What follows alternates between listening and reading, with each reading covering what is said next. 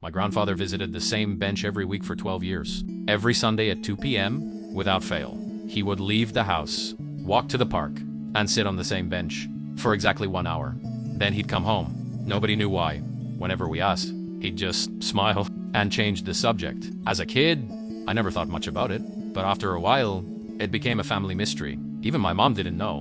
One summer, I decided to follow him. I stayed far enough back that he wouldn't notice. He reached the bench, sat down, and just watched people pass by. No phone, no book, nothing. For an hour, he simply sat there, then he left.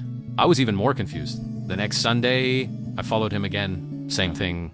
The Sunday after that, same thing. Months passed, and I still had no answers. Then one day, I finally asked him directly, why that bench? For the first time. He didn't avoid the question. Instead, he said, come with me next Sunday. So I did. We sat together, watching people walk by for almost an hour, without speaking. Then he pointed to a small cafe across the street and said, that's where I met your grandmother. I smiled, thinking that explained everything, but he shook his head and continued.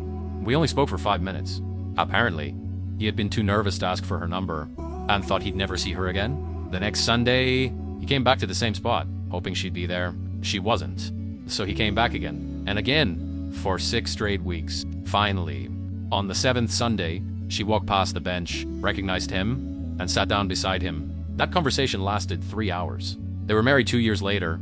I laughed and said, so you still come here because of the memory? He smiled, but then pointed to the empty space beside him and said, no.